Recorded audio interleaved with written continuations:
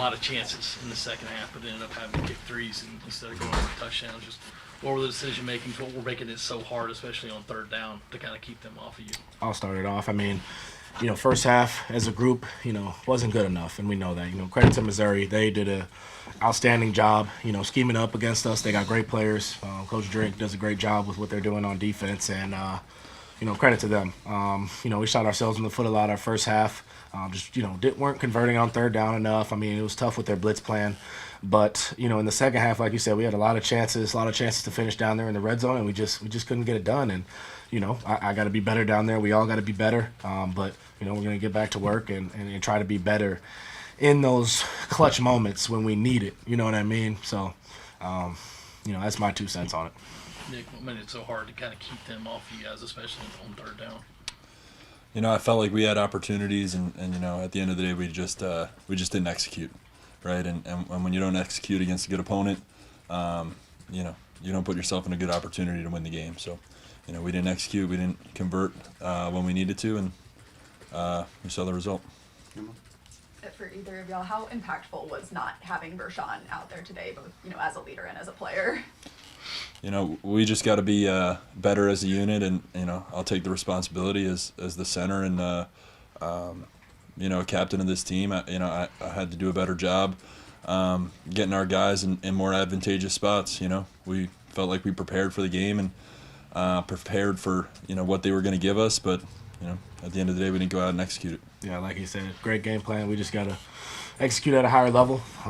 Leaders got to step up, and we will. We showed a lot of great leadership at halftime and throughout the second half. So I'm proud of this team for fighting the way we did.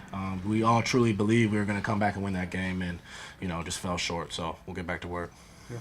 Spencer, when Xavier had to leave, how much more difficult did that make things for you since you've gotten him a lot in key moments this year? Yeah, no doubt. It was different. Obviously without him out there, he's such a great player, very explosive, and makes it hard on the defense. But we got other guys as well. Mega Blake, AB, Eddie Lewis, Nick Harber stepped up big time today. Our tight ends. We got to get everybody rolling. I got to be better for them, and then we got to all play off each other. It was good for them to get reps today. Tyshawn Russell, guys like that.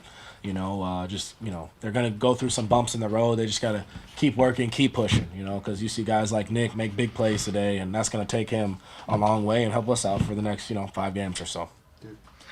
Nick, I think Tree had to leave the game with a knee injury, and that's 10 offensive linemen that have had some kind of bang up this year. Just how difficult is it to get any cohesion when guys are getting hurt each and every game?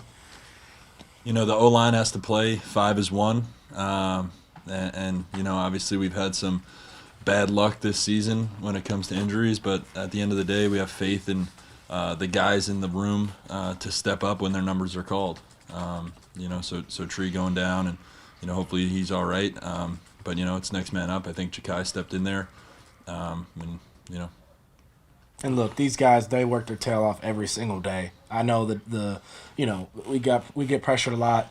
A lot of that is when the back end is, they're covering really well. They have a great scheme. Like I said, they did a great job. That's not all on the O-line. I don't want the narrative to be, the O-line this, O-line that. Some of those sacks are my fault. Some of those sacks are our receivers' fault not getting open. It's a team thing truly on this offense, and we do not point fingers. We do not do none of that. So I just want to get that out there. Cool. For both of you, down 24-3 at the break.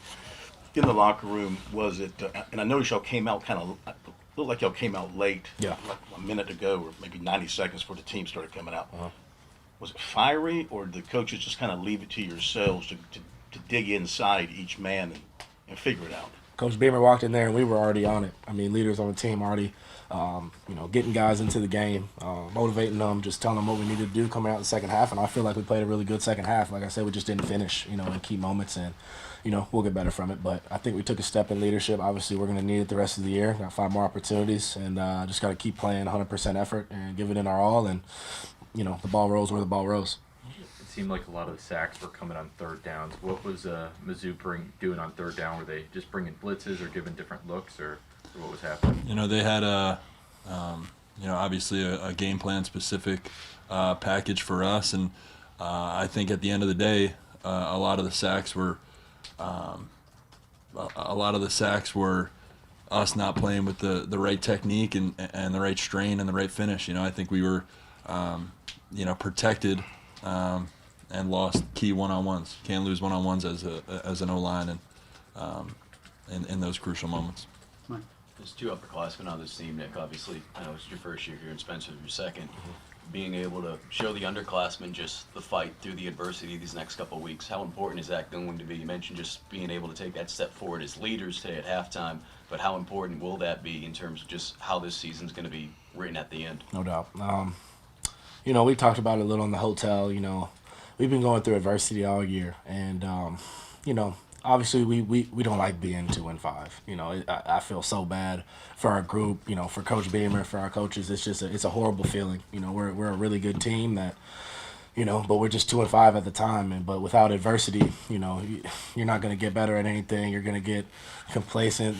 The guys work so hard on this team, and we do it every single week. We put in amazing work every single day, and we're fully prepared going into these games. And we just got to be better on Saturdays, and we're gonna figure it out. Like I said, 5 more chances.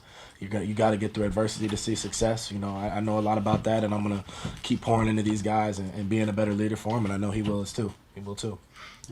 Spencer, you talked about playing a pretty good second half, kind of getting some of those key moments. What has to happen in your mind for the team to play a complete 60 minutes? Just execute. One play at a time. Don't worry about the outcome. Just one play at a time. Spencer, it seems like, you're down on the ground a lot and stuff. Like, how are you feeling? Like, how is your body holding up? I'm fine, man. I'm fine, honestly. Like, I don't have to play. My job is easy compared to, body-wise, and then what these guys have to do, running backs have to do, defense has to do. I'm all right. I'm not, I'll keep playing as hard as I can, and I'll protect myself, These guys go. Thank you. Thank you.